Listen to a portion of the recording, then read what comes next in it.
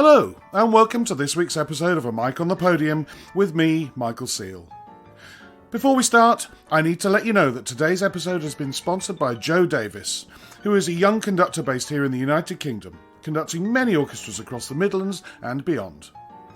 Joe subscribes to my Patreon page at the conductor level, meaning that he could choose an episode to sponsor, as well as gaining access to all of the content, as well as 10 hours of one-to-one teaching from myself. There'll be more about my Patreon page and how to subscribe later on in the episode.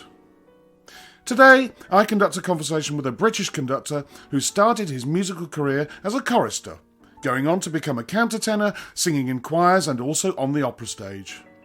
His conducting career really started in earnest in 2001 when he founded Tenebrae and the Tenebrae Consort. It is a great pleasure to welcome Nigel Short. Nigel, it's wonderful to see you and to speak with you and to chat with you. It's been a very long time on this podcast since I spoke to anybody who is a choral conductor, who conducts choirs. So lovely to meet you. How are you? Oh, I'm fine, thank you. Thanks for having me on. A pleasure. Regular listeners will know I always go back to the very beginning and how music first came into your life. I read this morning when I did my homework, that Solihull, which is just down the road from me in Birmingham, featured early in your life. So when did music come in? Musical parents, musical family, or was it a bolt out the blue? Bolt out the blue. Yeah. Nobody in my family was remotely musical. I think I was 7, and a guy called Ian Simcock, who then later went on to be an organ scholar at Christ Church, Oxford, and was at Westminster Cathedral as assistant organist, had just joined my local primary school and stood up in assembly and said, my local church choir are looking for new boys to join. And he mentioned that you could earn as much as £1 on a Saturday by singing at 4 weddings, which is 25p a wedding. And I think at the time I was doing a paper round with my older brothers and getting about 50p for the whole week. And I sort of quickly did the sums and thought, yeah, that sounds like a pretty decent deal. And I had no idea about singing or anything. And I found this kid in the break time and said, yeah, what was this about? £1? I'm ashamed to say it was all about money to start with. And anyway, at the end of that school day, his mum arrived. It sort of tells you how times have changed. But, I didn't say anything to my mum. My mum wasn't there. I just walked home from school. But after school, Ian Simcock and his mum took me off into Solihull to the parish church. And I walked into this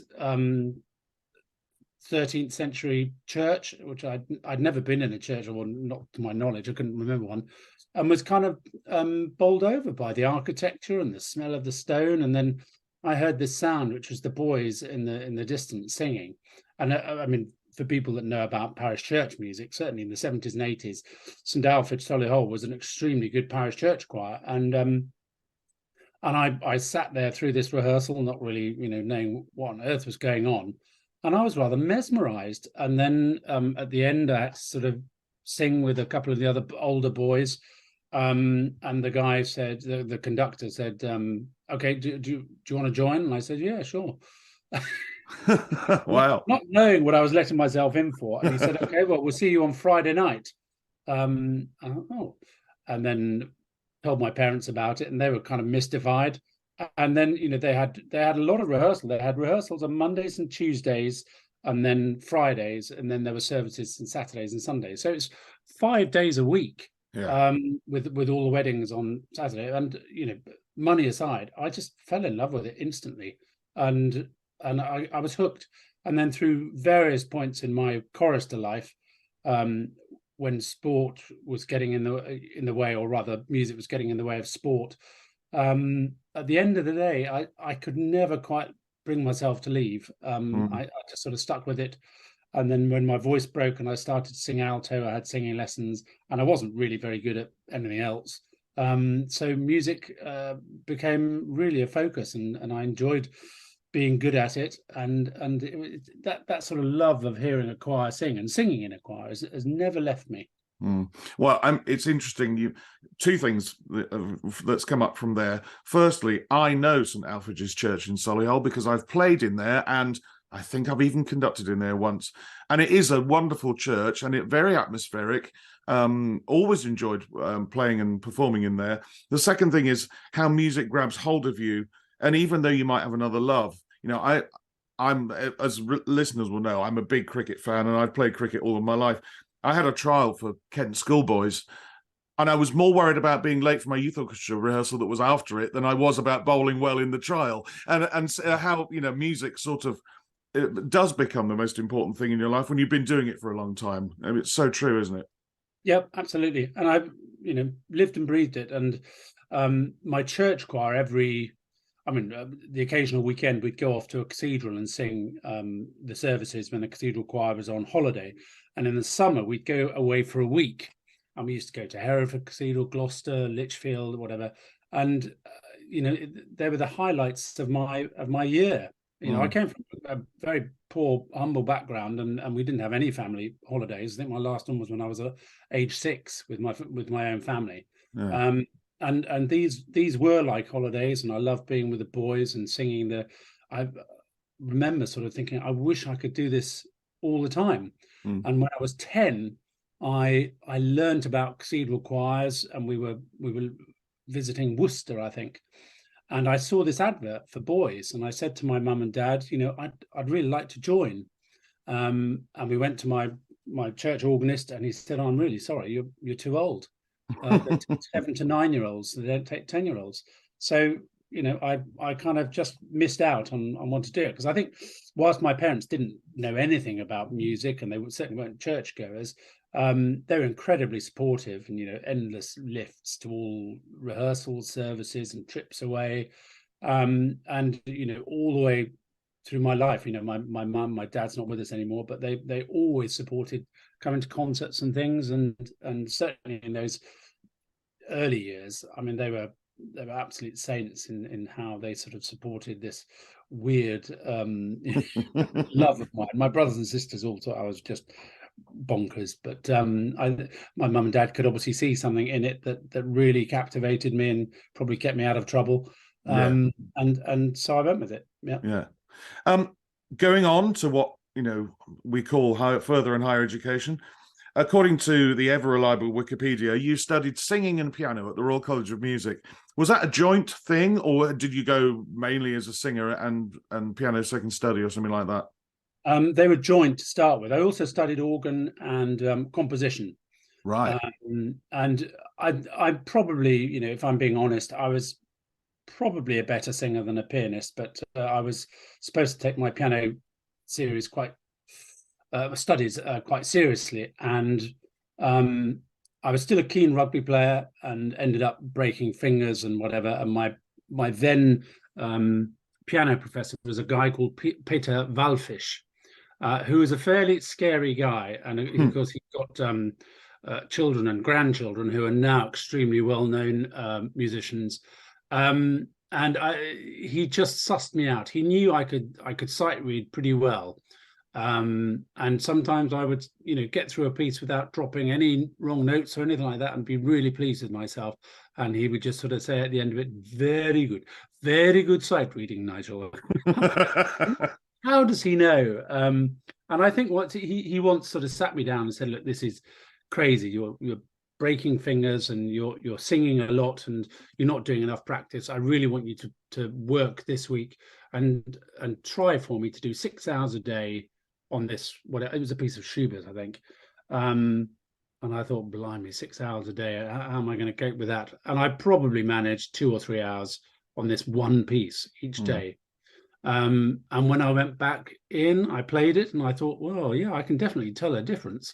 And he said, very interesting, very interesting. So 2-3 hours a day? I thought that's just weird. And anyway, he I was never going to be a concert pianist or anything like that. And I spent most of my time accompanying other singers in their lessons and when they were practicing. And I loved that, and just sort of picking up stuff and sight reading it. Organ sort of pretty quickly fell away because I didn't have an instrument to regularly practice on. And the composition, I studied with a guy called Justin Connolly, who was very ill in his first year. So I ended up having a composition lesson with Peter Phillips of Tallis Scholars fame. And I took to this lesson uh, a mass. I think it was for double choir, unaccompanied mass, a Kyrie that I'd written. And Peter, at the beginning of the lesson, sort of sat down at the piano and said, "Okay, so what are you working on?" And I showed him this thing, and there was no piano reduction. It was just sort of, and Peter obviously couldn't score reading, so he said, "Oh, you're a bit of a pianist as well, aren't you?" And I said, "Yes, I am actually." He said, "Oh, well, would you like to play it?" So I sat down and played through my own piece, and he obviously thought it was rubbish, because he then said, "You're a bit of a singer as well, aren't you? Countertenor." And I said, "Yeah, I'm sort of depping at Westminster Abbey and singing for Simon Preston and David Hill at Westminster Cathedral." And he said, "Oh, do you want to sing something?" I said, "Yeah, sure. I've got some Bach here." And so I got up and he sat down at the piano and I put this Bach, and it had quite a tricky piano part, and he looked at it and squinted a bit and then said, "Can you play as well as sing?" And then at the end of that lesson, he said, "Look, I run a group called the Tyler Scholars, who of course I'd heard of." And he said, "Would you like to come and sing with us?" And so I sort of started singing. I think my very first thing with them was actually a recording project. It was the Bird Great Service, that recording. And I was only 19, sort of just ended up there on the day and just immersed into it. And then I became a member for about 3 or 4 years, which was great. It's sort of, wonderful. But so studies were a complete mess at college. Piano because of rugby and sporting injuries and just lack of ability, really. Same with organ. Singing I loved, but I didn't practice enough because I was a really good sight reader. So I ended up actually going out and working a lot. And that's why I eventually got kicked out of college at the beginning of my second year, because not because I was rubbish, but there was an opera production going on in Italy in a place called Reggio Emilia, which is it's a beautiful horseshoe theatre. It's where Pavarotti made his operatic debut, and his father, and me. That's one vocal claim to fame. And I turned up one morning at college, and my professor, singing professor, Keith Davis, said, "How do you fancy doing an opera?" And I said, "Yeah, sure." And he said, "Well, it's in Italy." And it's with the other countertenor is James Bowman, and James Bowman was my absolute hero. Wow. I just adored his singing, and I thought, well, yeah, absolutely, I'll do it. I'd never been on a plane. I'd never been to Italy. I'd never done an opera. I'd never done anything remotely theatrical on stage. But I thought, well, I can do it. If it's Handel, I'll be able to learn it pretty quickly. And he said, "Okay, you've got to be at Heathrow at 4 o'clock this afternoon."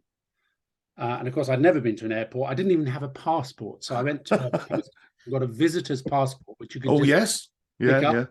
And I went home. I packed every piece of clothing I owned into a bag, took it down to a laundrette, and this wonderful woman sort of took it all and said, "Go on, you go off and do what you need to do, get a passport, and I'll have it ready for you when you come back." And then I went off to this airport. I didn't know what to do. Did check in, all this kind of stuff. It was a complete mystery to me. And I went off to Italy, and I was there. It was for 6 weeks, and I said, "What am I going to do about college?" And they said, "Don't worry about that. I'll tell them what it is." And there were some pretty amazing singers in this production. But Benita Valente was there, and she'd been at New York Met about 3 years before with Pavarotti, sort of singing the same thing. So there are some serious singers in this production. It was conducted by Charles Farncombe, and it was Handel's Rinaldo. And I turned up Milan airport. There was a taxi driver with a sign saying, Nigel Short. I went off, drove for 2 hours, and I thought, what have I done? What am I doing here? And at about 9 o'clock in the following morning, I was dumped at this hotel. It was a 5-star hotel called the Astoria, I think, in Reggio Emilia. And of course, it's just another world. And 9 o'clock in the morning, there was a telephone call from some German repetiteur saying, "Okay, Mr. Short, you're on stage at 10 o'clock. And I said, "Well, doing what?" And they said, "Oh, it's Act 2. I said, "Well, I haven't got any music." I didn't know the opera. Yeah. And I hadn't got a score. Mm. And there was silence on the end of the phone. And he said, "Okay, well, meet me down in the reception at 9:30." And so he took me over, and he just pushed me to the back of stage and pushed me on when I was meant to. Of course, there was a chord on the harpsichord for some recit, and I didn't know what was going on. So there was silence, and the producer, who's called Pierluigi Pizzi, famous guy but very fiery character, jumped on stage, sort of shouting at me, well, shouting to everybody, sort of saying, who's meant to be singing, go on. And when he realized it was me, and I said, I don't know it. Yeah. He was apoplectic. I bet he was. Kind of spitting in my face and saying, why do they send me a boy, who knows nothing? And I felt, totally humiliated in front of everybody, because the orchestra were there. There were loads of dancers and other stage hands who were actually part of the production, who were on stage, and in front of everybody, he just, shouted at me, and he just threw his arms up and went off, and the whole rehearsal finished there. And then, Wow. so I grabbed the German repetiteur and I said, "Okay, have you got a score?" And he said, "Well, yes, but what's the point?" He said, "Come on, let's go and learn it." Yeah. And I had 5 arias to do. It was all in Italian, of course, and lots of recit. And I think by 10 o'clock that night, I'd memorized it all. Wow. And I said, "Okay, you call the stage manager, and I'll learn all the stage moves." And so by about 1 or 2 o'clock in the morning, I'd memorized all the stage moves. And luckily, it wasn't a complicated production, because all the characters were kind of statues that were moving around on tables, right, that were on wheels. So, the very first opening scene was a huge facade of a building with like Roman characters in it. And I was one of those statues in this facade. And so I'd be there 15 minutes before the curtain. Well, when the curtain would go up, you'd see this thing. And that was what people were looking at whilst they were chatting away for 15 minutes. Yeah. And then there'd be the overture. And then I would come to life and actually start singing. And I would step down off from the facade onto a table that was being wheeled around by all these guys dressed in black. So the stage movements were pretty easy to memorize. But the next day, there was a full run through, and I turned up, and of course I was the first one to sing in the opera Delle nostre fatiche siamo prossimi alla meta, o gran Rinaldo. I can still remember it. I bet you can if you learnt it that quickly. Wow. Yeah. And I did the whole thing, and I didn't make any mistakes, whatever. And this guy Pierluigi Pizzi jumped up on stage at the end. We went through the whole thing, and I thought, what am I about to get another mouthful? And and he sort of said, "So you did know the opera?" And I said, "No, I learnt it yesterday." And he said, "No, it's not possible." And he looked at the German repetiteur, and who sort of nodded and said, "Yeah, we learnt it yesterday." Yeah. And then he kissed me on the lips in front of everybody, and then we were best friends thereafter. And it was a fun 6 weeks. But sorry, this is a very long answer to your question. No, it's fine. It's a fascinating answer. When I got back home, because there was no email or anything like that, and I'd made a few calls home, but not to my singing professor. I turned up at college, and he said, "Oh my God, I'm really sorry, but the college have decided, you weren't allowed to be away for 6 weeks during term, and they've terminated your course." Gee, well, So I mean, kind of, what? How can that happen? And he said, "Look, don't worry. Most of the course is not what you want to do anyway. I will give you free singing lessons for what would have been the rest of your time." So, and Bowman heard about it. Bowman then said, "Okay, I'll offer you free coaching and singing lessons as well for another 2.5 years, which is how long I would have been at college."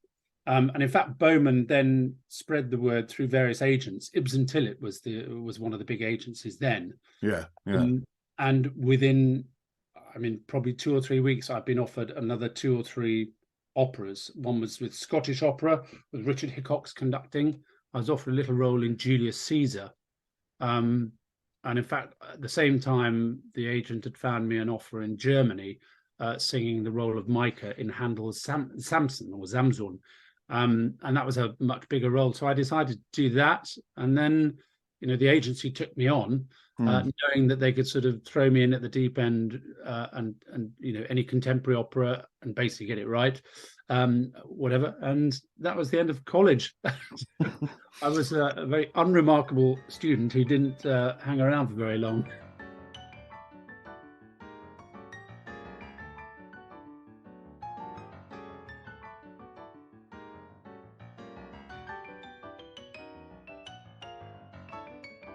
Well, there's two things there. I mean, I think attitudes today would be different. London colleges, Sheku won the young Musician of the Year and then went to the academy, and they must have expected him to be, had engagements as a concerto soloist. All right, wouldn't have been 6 weeks, but I'm sure attitudes now would be different where, if you're out there earning but still want to be a student and have lessons, well then, we'll cope with it. It's good for the college. It's good for the college's name that we have somebody like that. And I think I'd contributed to college life in some ways, but but it would be too far a stretch of the imagination to say I was a model student.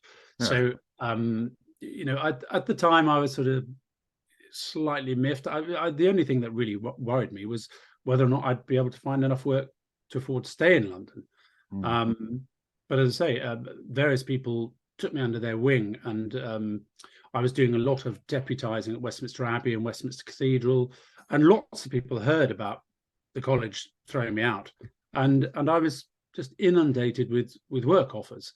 So I joined the Tallis Scholars, deputising, and then lots of other solo opportunities came up. So I was, really extremely lucky. It wasn't what I went to college to sort of do, to be a countertenor soloist, but it very quickly ended up being the thing that was easiest, and I meant singing in a lot of choirs, which I loved. That was really the thing I wanted to do more than anything else. Before we come to conducting, which we haven't really touched on yet, and maybe early influences during those operatic days, 1993 you joined the King's Singers, and I basically, from what I can read, but I'm sure you'll tell me that it's wrong, your experiences with them ended up with you wanting to found or start Tenebrae and the Tenebrae Consort in 2001. Would that be right? By joining King's Singers? Yeah. Kind of. I left the King's Singers because I just wasn't enjoying singing very much. I just started to get very nervous on stage, and I wasn't enjoying the experience of sort of being up in front of 1,000 or 2,000 people on a regular basis, really not feeling very confident. And so I decided to leave. And at that stage, I really didn't know what I was going to do. I'd never conducted anything. I had started skiing when I was 30, and I was 34 by this time. And I'd played a lot of rugby and then various other sports, and I always wanted to have one sport that I was kind of focused on. And I thought, if I'm ever going to learn to ski properly, I ought to probably go and spend a season in a resort and do it every day. So I rented a chalet in Switzerland in a little village called Villars-sur-Olon, and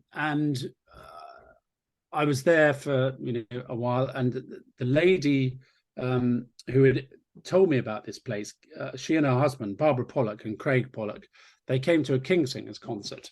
And when I told them of my plan, they said, look, there's a little chalet that's coming up for rent at the end of this year when you're leaving the King's Singers. So why don't you come and have a look at it?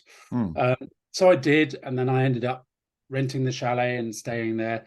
And Valerie Schulte, the late Valerie Schulte, who was the widow of Sir George, of course, lived in the village as well. And I was introduced to her at some point. And one morning she said, I've got to go to Geneva today to meet the senior pastor at the cathedral, because somebody's pulled out of a concert in December at the end of the year. I don't suppose that's something you could help with, is it? And I said, well, I guess so. What does he want? And she said, well, it's a choir that's pulled out, so he wants a choral concert with Christmas music. And I thought, well, yeah, I could probably do that. I'd get some friends out for a trip to Switzerland. And I said, but all my friends are professionals.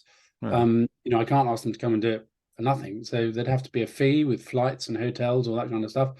And she said, don't worry about that. We can sort that out. And the senior pastor offered to pay. Yeah. And then said, can we have a recording of the choir? Of course, there was no choir. So pretty quick off the mark, I decided we'd put a Christmas recording together, and the I don't know, as one bit fell into, everything fell into place. I thought, well, gosh, if I'm going to do this, I don't just want to do a whole load of, cheesy Christmas carols. I quite like to do something a bit edgy, a bit new. So I ended up writing a new piece called The Dream of Herod. That was a bit theatrical. And then once I got in front of the choir, there were kind of all bits of my past went into this. I wanted the precision of singing in a group like the King Singers, but with a bigger group. I wanted the power of a big cathedral choir. And then I wanted us to present concerts in a slightly theatrical way. So it's bits of, singing in a big cathedral choir or a professional chamber choir. The stage work I'd done, I'd understudied at English National Opera for years and years. I understudied for years and years, never went on. And then 2 months after I joined the King Singers, I had a call saying, can you come and do Xerxes? And I was in Germany, and I couldn't do it. So Yeah. And once we did this concert, it was like a snowball effect. Sorry, skiing. Good pun. I like a good pun. But people heard about this concert that was going to happen sort of a few months before, and then we ended up putting, I think, 4 or 5 concerts together in Switzerland. And somebody that sort of became a strong supporter of Tenebrae said, well, look, I would like 2 or 3 concerts for various charities that I support in London. So we did about 8 concerts in that first December, and we'd done the recording, and it was a real voyage of discovery. And I was very worried about going back into professional music because of the nerves that I suffered from as a singer. But I just found that actually conducting, with my back to the audience, but so having a real input to the music, but not having to sing, was a much better experience for me personally. And so, the thing sort of was born, if you like, by accident. And then at the end of that tour, one of the singers came up to me and said, "You need to do this again. This is a bit special, and we've all enjoyed it, and you can't let this be a one-off." So the following Christmas, I think we did something similar, and same thing. People said, look, this needs to be taken more seriously. So my neighbours in Switzerland, Barbara and Craig Pollock, became sort of patrons of the choir, co-founded it, if you like, and made it a proper professional group. And they supported us with free management. We were able to use their offices, and Tenebrae was born. So it was, the whole conducting thing was a mystery to me. I've sort of learned on the hoof, as it were. And so, yes, bits of the King Singers did go in, but actually at that point when I left, I had no idea what I was going to do. So it was, this all kind of fell into place by accident, but thank God it did. What a brilliant story. You just said that you sort of learnt it on the hoof conducting. Do you think you can look back now and look at any of the conductors you sang for, be it all the way back to St. Alphege, right the way through Italy and the opera and understudying, any of those conductors you worked with before you took up conducting yourself that you think, actually, a bit of that's rubbed off on me, or something? Yeah, I mean, of course we're all influenced, but I played 22 years in the CBSO, and everybody who stood in front of me influenced me in a good or bad way. But yeah, can you put a finger on and say, yeah, I think they influenced me? Yes, I mean, there are lots of people that helped me a lot in the early years. But I think in terms of the way I conducted, the way I communicated, the biggest impression I had was when I first went to London as a student and was singing for Simon Preston and David Hill. Yeah. And they're chalk and cheese. I mean, they could not be more opposite. Simon was electrifying, kind of terrifying, but it was kind of had a hypnotic effect, magnetic kind of animal excitement. It was really thrilling. And then I went to Westminster Cathedral and sang for David Hill, and just had time to look around me, and everything was able to sink in and sort of breathe it in a bit more. And I just loved both ways of making music, but ultimately the Westminster Cathedral way was better for me as a person. And so I did 2 years in the choir at Westminster Abbey. I joined when I was 19, so I was the youngest ever appointed lay vicar to the choir. And then when I was 21, I left and went down the road to Westminster Cathedral and sang for James O'Donnell as director of music there for 5 years. And I would say, yeah, David Hill and Simon Preston, I'm a kind of mix of those two. I mean, who knows? These days, I kind of probably am, have had enough time now to learn how to just be myself and forget about trying to be this, that, or the other. And so long as whatever I do, I was given some very good advice by a singer. I mean, I'd sung for quite a lot of average conductors myself, so I knew what I shouldn't do, and I knew what I wanted. It was a tough journey, if you like, working out how I could get what I wanted for me and the singers at times. I don't think I was an angel to them at certain points, but I was very passionate about it, and I knew what I wanted. And eventually, I sort of relaxed a bit and found I could work with the musicians and the singers in a much more creative and positive way, not by being quite so terrifying, and allowing them very much to be an ensemble working with me rather than for me. And I would think that's as a singer, and I kind of knew what I wanted from a conductor, so I was trying to always work from the singer's perspective, if you like. No, I agree. I mean, as I said, I'm an ex-orchestral player, and so often I'll be stood there thinking, what would I want to see now if I was sitting back in my old chair in the second violins, and I never come at it from a inverted commas, conductor's point of view. I was thinking, what do they need to see? How can I help? How can I, how can we all collaborate together? I do occasionally talk about influences, do an upbeat or a fourth beat of the bar in four and think, oh, that was a really Zachary Oromo fourth beat of the bar. And occasionally catch my little finger poking out from my baton and think, stop doing a rattle, the little finger sticking out. But yeah, I think, the more you do it, you do form your own style, and those influences are there, and they become much more in the background, way. Yes.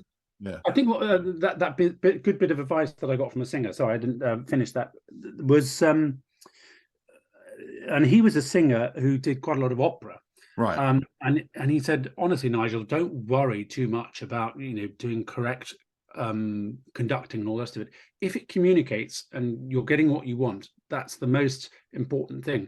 If you want to be physical, be physical. Don't feel inhibited and sort of restricted thinking about conducting patterns, all the rest of it. If what you do just comes naturally and you get what you want and it communicates, then don't fight against that. And that gave me an awful lot of freedom, actually. And over the years, I've had conducting lessons, especially for working with orchestras, and I've always had that at the back of my mind. And everybody that has worked with me sort of said, yeah, it's absolutely right. I'm far too old to start conducting, to learn to properly, but if you can go so far just by doing what feels natural, then why change that? And that gives you a lot of confidence. I wrote a post on my Patreon page. Dear listener, this is not an advert yet. That comes later in the episode, as you well know. But I wrote an article on my Patreon page dissecting Brahms 4 as conducted by Carlos Kleiber. And I pointed out that in the second movement, he probably showed 6 beats in the bar in the way that you're taught to show 6 beats in the bar, maybe for 3 bars in total in the entire movement. The rest of the time, it's doing things that are all to do with the music, shapes, phrasings, and you rarely saw a 1, or definitely hardly ever saw a 6, just doing what comes naturally. And, he's the person that the answer to question 4 has been more than anybody else, Carlos Kleiber, and he wasn't doing... he could conduct, obviously, in 6 if he wanted to, but it was all about the music, and I think that's so important. I mean, it was something I was going to linger on, actually, between...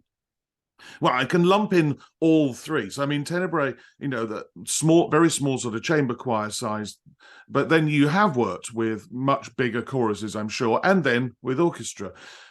it sounds like you don't try and delineate between the three or between various sizes or ensembles and groups. You just do your thing. No, and it's pretty much the first thing I say to any orchestra and any leader. I'm a singer. That's how I work. My upbeat is a breath. Yeah, Exactly the same way you would lift, the bow. yeah, Or if you're a brass player, you'd be ready. And that's key. Watching mm, that, feeling that breath for how you're going to come in. It gives so much information, and if it gives information, then it gives confidence. And if somebody wants, well, it's never happened. Basically, every professional leader sort of looks at me and says, "Okay, yeah, we can work with that." yeah, yeah. Of course. I just say, "Look, if there's anything I'm doing that you don't understand, just tell me." And to this day, or very rarely do they say, "Actually, could you give us this here?" Which Mm, is whatever. But it communicates, so mm, it works. And even with big orchestras, which has been the biggest one I worked with was BBC Symphony Orchestra, when we had, I don't know, 105 players for some Zemlinsky. That was pretty terrifying. But again, what you're saying about not having to worry about beats and be kind of bound by mm, that feeling, there's an element of trust. Once you've got the trust with the musicians, then they're professionals. They're brilliant musicians themselves. If I just let them do that, and I can then sort of guide and do the musical shapes and nuances that I want, knowing that they don't need nuts and bolts from anybody. They're brilliant instinctive musicians anyway. mm. And certainly with orchestras, I think less so with choirs, the professional chamber choirs. Orchestras are used to having one conductor one week, another one the next week, and so forth. And they can just switch like that, and find a very comfortable modus operandi, and give what the conductor wants, and make it a very happy experience. So even though I find it terrifying conducting orchestras, they're some of the most thrilling and exciting experiences I've ever had.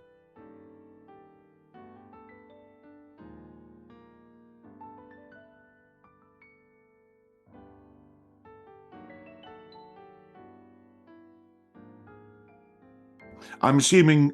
It's a big assumption because I really don't know the answer. I'm assuming you are a baton-free conductor. I have used a baton every now and again, Yeah. and again, always saying it tends to be with bigger orchestras, just so that they can see me, because when I'm with a choir of 20, Mm, sometimes my movements are really tiny. yes. Yeah. And an orchestra needs to be able to see what I'm doing. And if that's just magnified by the baton, I can keep my movements quite small, and the baton will sort of amplify it and just make sure it's clear from a distance. But I always ask the leader and say, look, I'll use this. If there's anything that doesn't work, just say, and I'll try, with my hands, whatever. And I've never been told to put the baton down. That's a good thing. That must be all right. Yeah. And funnily enough, the very first time I conducted an orchestra was the Chamber Orchestra of Europe, no less. Yeah. And I told them that I'd never, we were doing the Mozart Requiem, and we had 2 days rehearsal, and then the concert was being recorded live by Warner Classics. Mm. And I told them that I'd never conducted an orchestra, and their faces kind of were sort of, I can't describe it. Disbelief, I think, was what came across. And then as soon as I started, breathing and working with them, very quickly, kind of all relaxed, and yeah, it was a funny moment. Sort of You did actually mention, I'm sure, just earlier on, that you'd had some lessons to do with the learning to conduct with orchestra as opposed to what can you remember anything specific that was greatly different from what you did naturally anyway with your own choir and with small choirs and before nothing no so no.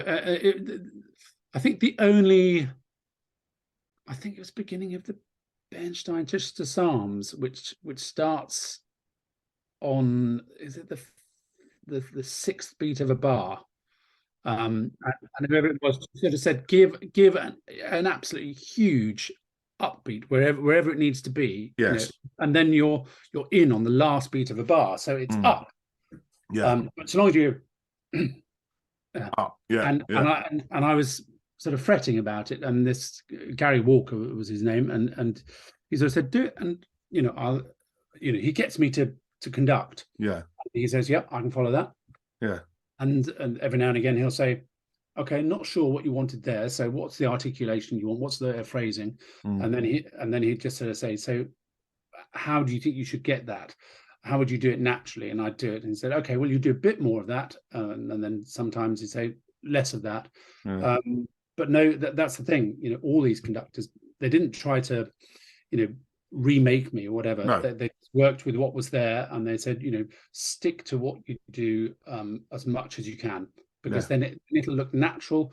And if it's natural, musicians can follow it. If you're trying to look like something else or something that you're not, then professional orchestral players pretty quickly can get a bit cheesed off, or lose interest. So I think you don't try to be something you're not, and as long as you're genuine, you're doing it for the right reasons. And a lot of the time I will, quite early on in a rehearsal or whatever, recording a session, when I'm with a new orchestra, I'll get the choir to sing on their own, and without fail an orchestra will go, wow, okay, this guy knows what he's doing. That's a pretty ace choir. Okay, we'll go with this. And then it's, as I say, it's always been slightly scary but incredibly rewarding. And the Zemlinsky in particular, when that piece of music is a psalm, I can't remember what it was, Psalm 23. It's very romantic, and it's pulled around all the time, and you've got 5 clarinet parts, 5 flute parts, and it's massive. And quite often phrases are just pulling up at the end of a phrase, just as another instrument is about to take the momentum over. And I was quite worried about it, but in the end it just sort of came across amazingly. Unfortunately, the recording was put together very quickly. I mean, we were very lucky to get a day with the orchestra, and I think there was one passage where there's a big trumpet moment, and the trumpet splitted on the first take, and on the second take played it too quietly, and then on the third take split it again. So I remember sort of thinking, okay, well, that's the only one we've got. And it went on, and the reviewer picked up on that one thing, and I just thought, oh, that's so unfair. Bastards. But what you said is so true, is the fact that fortunately nobody wanted to completely rebuild you, do a bionic Nigel, and just molded what you already did naturally. Because when you stand in front of, whether it's a small chamber choir or the BBC Symphony Orchestra and a massive choir, you don't want to be thinking about technical aspects. You want to just be doing the natural thing that you do, and that's so important, is to be in a space where you're not thinking about, like a golfer would think about, I've got to have my left wrist straighter here for this or whatever else. It's all, by then it's been practiced and ingrained, and they just do it. That's what makes them great. The only thing you as a conductor, if I'm ever asked for advice, is just make sure you know the music and you know how you want it to go, so that if you do forget about something technically, you're not lost. You've still got that music in you, and it's if you're flapping around, at least you're flapping around a piece of music that rather than actually becoming a hindrance. Well, what's brilliant about that last sentence is it's almost as if you've read my mind, because it's time for the 11th question, which you don't know about.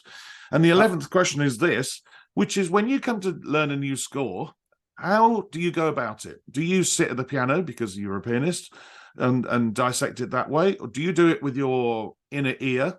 And for us geeks, and I say us because I'm one of them, are you a user of red, blue, black, different colours in your scores, or do you keep your scores nice and clean and barely write anything in? What's your process for learning a new score? Well, it depends. If it's a call piece, I can kind of learn it, just by looking at it. I can score read and hear it. I do a lot of record producing, Right. and so that's been a very good learning Yeah. tool. Like generally, I'll try and sit down at the piano. I mean, most of my fingers have been broken, through playing rugby. So I'm not much of a pianist these days, but sometimes hearing intonation for a choral piece on a piano is not that helpful. As we get used to intervals, which don't quite ring in the same way when you've got voices. Major thirds, in particular, I like, not too bright. So I will try and learn a piece just by looking at it. If it's an orchestral piece, I'll sit down and score read and go through the different sections, the brass, the woodwind, whatever, and make sure I know what's there. So that when it comes to just sort of carrying the whole thing, which area am I going to focus on? And yes, I have used with orchestral scores. I've used red for brass and whatever, blue for strings and that kind of stuff. Funnily enough, when I went to Valerie Scholte's house, she very kindly said Tenebrae could use Sir George's study for auditions. And I went down there, and everything was as it was when he died. And he was working on a Bach St. John Passion. So there is a score open. And there are these huge red marks through the score, sort of go up and have a look. But that's only for orchestral stuff. And most of the choral stuff that we do, I know inside out. And I don't pretty rubbish eyesight these days. I'm getting so old, and we perform by candlelight, so quite often the light isn't very good. And I just end up conducting from memory.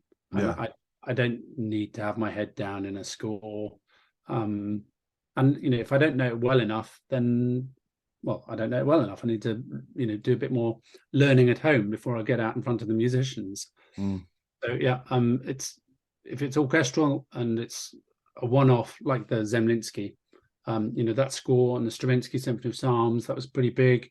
Those scores were marked up fairly well. The Stravinsky I knew really well because I studied it at A level, and I remembered it. I just loved the piece. But the Zemlinsky I didn't know that well, so that was marked up quite heavily. But no, most choral scores are not marked at all. No. And funnily enough, I'm meant to be in America at the moment with Tenebrae, and they've gone without me because I'm not allowed to fly at the moment through illness. I had an operation a short while ago and not allowed to do any long haul flights for a bit. And one of the singers, Gabriel Crouch, sent me a message saying, is there any point in asking for your scores? I imagine they're not marked up, are they? And I said, I'm afraid they're not. No.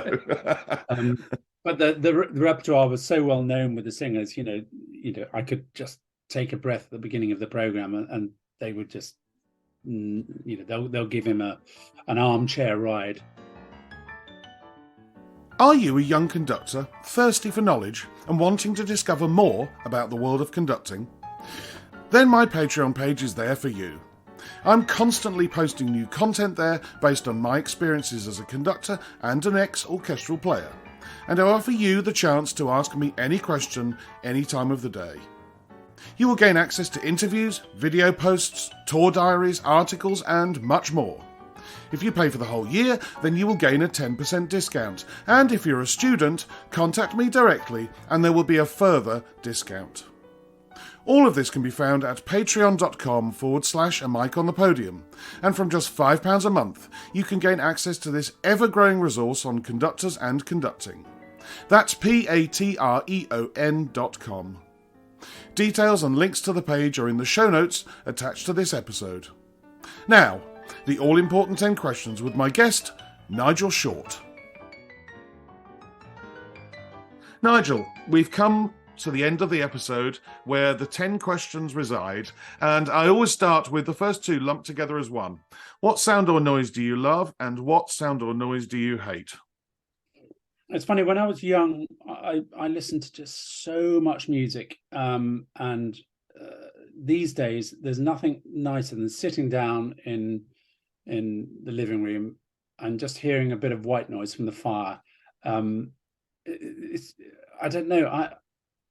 I don't think there's enough peace and quiet in our lives these days. What with digital electronic communication, and wherever you go, there's noise. It's almost impossible to find anywhere with peace and quiet. And if you can't get quiet, then just a gentle white noise is, and will sort of just really, it's the most relaxing thing I can think of. There is no more beautiful sound for me than the human voice. So when there's a choir singing a beautiful chord, whatever, it's from those days when I was 7 years old. There is still something absolutely magical about it, and just sends a thrill through me. So that's something I love. In terms of sounds that I hate, I like jazz, soft jazz, but the heavy jazz, where it's meandering around and whatever, really great, really great. And I'm pretty good at having the radio on and putting up with anything. But that will have me getting out of my seat and turning the radio off. And I'm afraid some pop music, which is just unbelievably banal, where there's one harmonic pattern that just goes again and again and again and again, and I just can't put up with it. So yeah, I'm afraid the radio will be switched off if there's I'll get onto Radio 4 as quickly as I can. Well, I agree with you about modern jazz, and yeah, I can't stand it, especially if it's just endless technical whizzing around in no particular key. That drives me insane. One of the noise I hate is the sound of grinding gears. And my father would say, "Oh, Nigel, find them, don't grind them."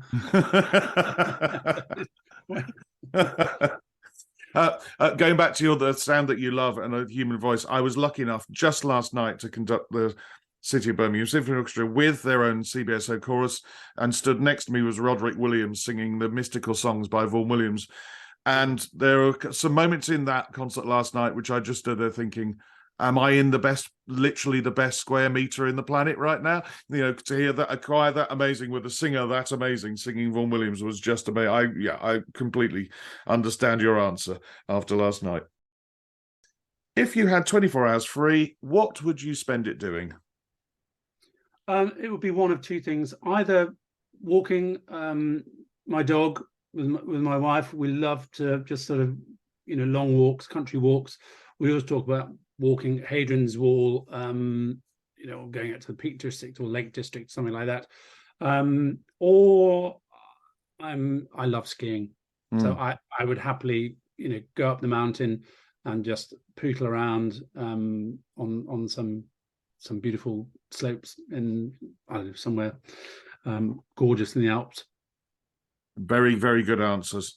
I'm not a skier, never have been, never will be. But me too, but I try. Yeah, but I have been to the top of an Alp during ski season, and people are looking at me thinking, what's he doing up here? He's not dressed for this. But I can understand why you do. That's the point. Question number 4. Can you name your favourite conductor or conductors of yesteryear?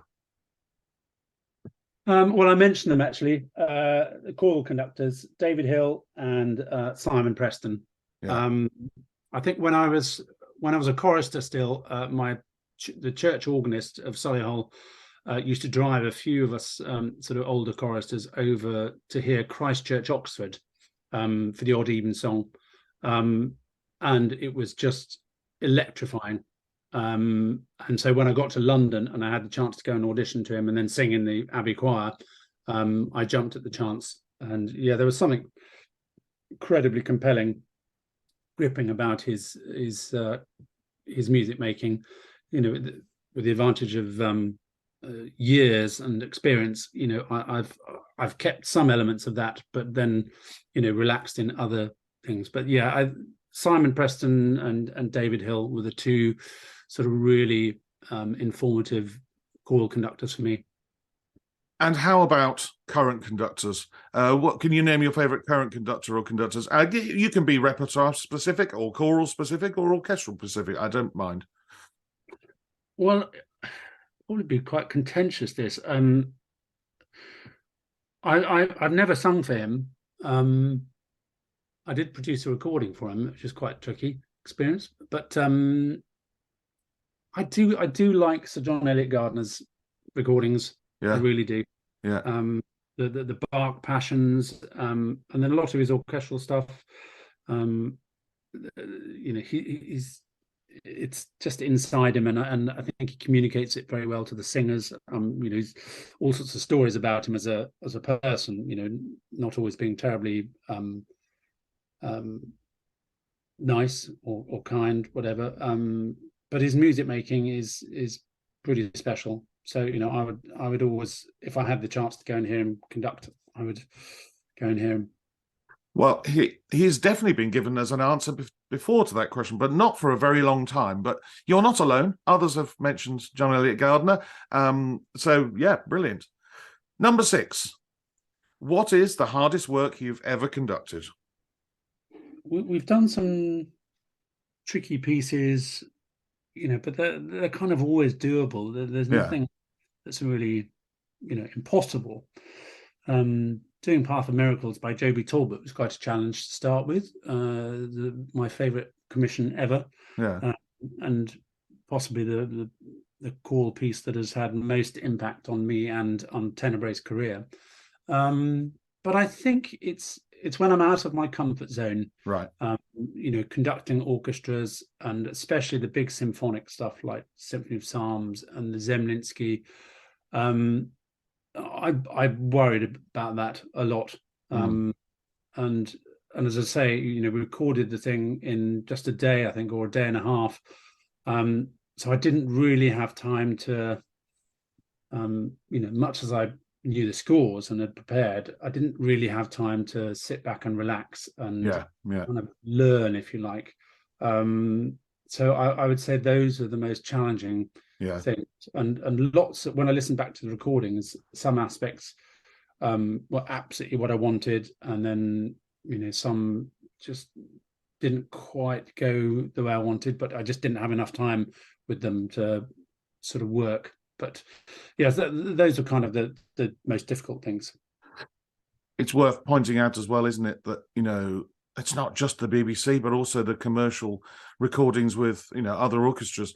Sometimes, unless you've had the opportunity to perform them beforehand, the works in question that you're going to record, you're always up against it time-wise, and which means that you haven't had chance to find the comfortable spot of the armchair, or arrange the cushions in the way that you want it to be arranged, which means that sometimes there may well end up being a compromise because the clock is ticking and you've got to be out of there by whatever time the session finishes. Absolutely. And two of our best recordings we've ever done, back in 2005, I always wanted to record this Parry Songs of Farewell, and we'd just done the world premiere of Path of Miracles by Joby, and we'd rehearsed it, and it was really fizzing. And we went into these 4 recording sessions, which is quite a short space of time to do a whole disc. And we recorded one of the Songs of Farewell, and we just hadn't performed it enough. And it just wasn't, it wasn't living and breathing the way I wanted it to be with the choir, sort of really knowing my interpretation. So after one recording session, I called the boss at Signum Records, Steve Long, and I said, look, I'm really sorry, but I don't want to put these down because then they're just not in us. They're not in us the way I want them to be forever. And I'll always regret it if we just do this. There is this other commission we've just performed, and we all know it, and it's really exciting. It's called Path of Miracles by Joby Talbot, and he said, well, I'm not giving you any more session time. You've got 3 sessions. Can you do it? I said, yeah, it's about 70 minutes long. I mean, we know it. So it kind of became, you perform it once, twice, 3 times in each session, bit of top and tailing. And the Path of Miracles is one of the most exciting discs we ever did. And it does feel like a live performance. And years later, once we performed Songs of Farewell all over the place and, dozens of times, we got round to recording it, and it just flowed exactly the way I wanted it to. And it was nominated for BBC Music Magazine Award of the Year. So I think it was the right decision. Absolutely. Sounds like it was, definitely. When travelling abroad to conduct, what item could you not leave home without? Okay, well, disregarding the obvious, like passport and score and so forth, an umbrella. I hate being wet, and just being damp in on tour and whatever. So an umbrella is something I always make sure I've got. Yeah. Well, I think the number of British, and the reason why I'm saying British conductors I've interviewed is approaching 50 out of the 120, by far more than any other nationality. And the reason why British is I would have expected somebody to have given the answer umbrella to that question before now, but they haven't. I'm sure you're the first person to say umbrella. Oh, So yeah, hurrah, brilliant. British. Yeah, indeed. What is the one thing you would change about being a conductor? Well, we've touched on it already. I think having the time Yeah. to live and breathe the music with the musicians. I always feel sort of heartbroken if we've got a wonderful piece of music and we're just, because of money, as soon as a rehearsal starts, the pennies, the pounds are flying out the bank account. And there's nothing worse than getting to the end of a rehearsal or whatever and feeling that you've just started to scratch the surface. So yeah, that's the only thing I would change about my experience of being a conductor, and for all conductors, is just for, especially in this country where I think sight reading is an exceptional ability. I don't know why the British musicians are such good sight readers, but over the years I think it's put immense pressure on us as performers, because commercially, if you want a concert and a promoter says, look, I've got this much money, and that means you have to do it on one rehearsal rather than two, whoever accepts it will get the job. Yeah. And just over years, decades, it means that we've become better and better sight readers, and you turn up and sometimes you're not really inside the music the way you should be. And I think in Europe, you don't have that experience. They tend to take their rehearsals far more seriously. They get properly funded, and it means that when they go into a concert, they know the music inside out. And sometimes we absolutely do, but there are occasions when we don't know it as well as we should, and I don't like that. It's not good for anybody, and yeah, it's fine to be a sight reader, but don't think we're ever doing ourselves a great service, and we're probably doing the music a huge disservice by doing it. It's a force of economics. If you want to be working, then you have to accept the musicians. So that's the one thing I would change, is kind of how time for musicians is valued by promoters and commercial sponsors. Give us time to rehearse and really know a piece of music. It's a really, really good answer. It's funny, I do work in Europe and Scandinavia and one particular orchestra in Germany, and there is a lot more rehearsal time. And whilst when you start the rehearsals, the standard is not as good as the UK, by the end, I think, you can go beyond it because you've got time, not only for them to learn it, but also time to discuss things and time to try some things out and time for things to settle and for things to become natural. And yeah, it sometimes, as we both mentioned earlier on about the clock ticking, be it a recording session or you're doing a whole concert with just 3 hours on the day, that sometimes that can be utterly crazy, because you can come across a piece that suddenly, for some whatever reason, the orchestra struggles with, and that there's another really tricky bugger further down in the rehearsal you haven't got to yet, and you're always up against it, and that it's not healthy. No. And we do the music a disservice, but and it's always better when the musicians really know the overview that you have as a director of the piece, and you've had the time to explain it, to practice it, experience it, and sort of when you say you want the shivers at this point, by the time you get to a performance, they're with you and they're committed, and they know exactly what's needed at the right time.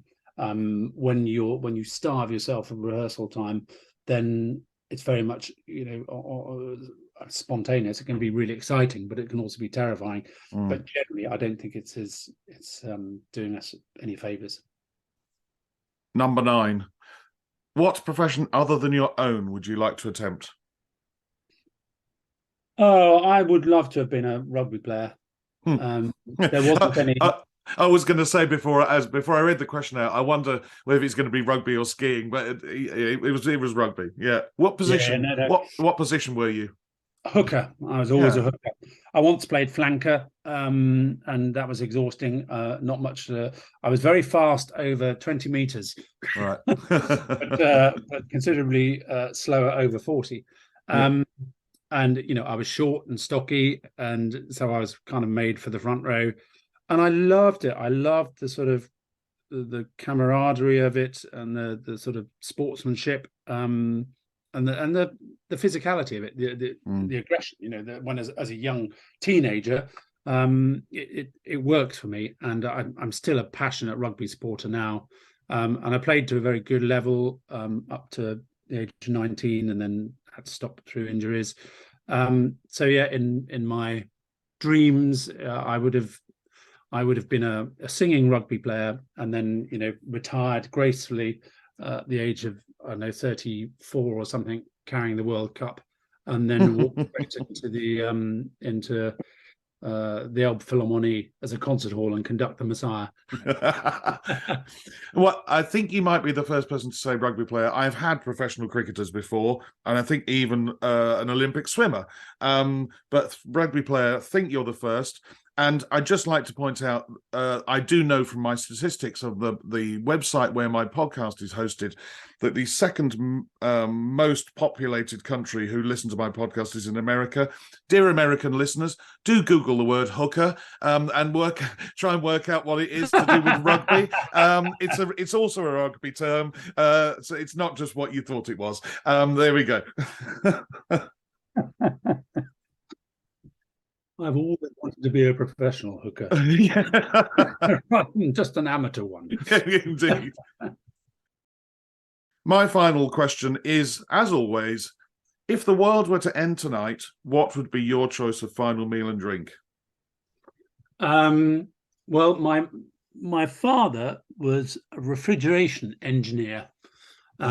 And so, it's like a fourth emergency service. When he was working all hours, he would have to go out and fix. If you're a butcher, you have £100,000 worth of meat.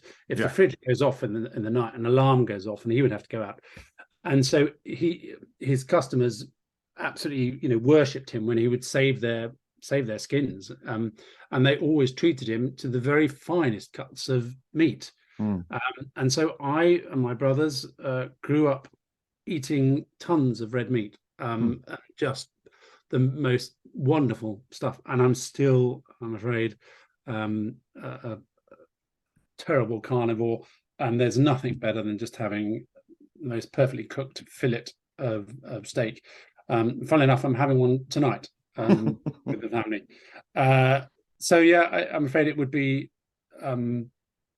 just beautifully cooked steak, cooking lots and lots of butter, and drink.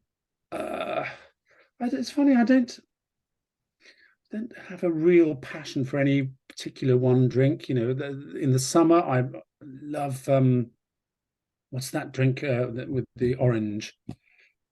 Aperol. Oh, Thank you. yes. Yeah.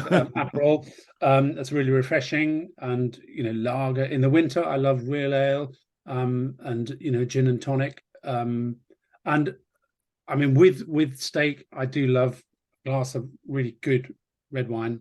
So that's probably what I would have. It's something that always makes me feel happy, and I look forward to it, and it makes me feel comforted. So if it was going to be the last night ever, then that's what I'd go for. And also knowing that all my family adore the same thing would be perfect. I always know when it's an answer I agree with because my mouth starts watering, and it's 4:30. I always know that it's one that I agree with, and I definitely do agree with it. I was tasting various Argentinian Malbecs as you started talking about fillet steak.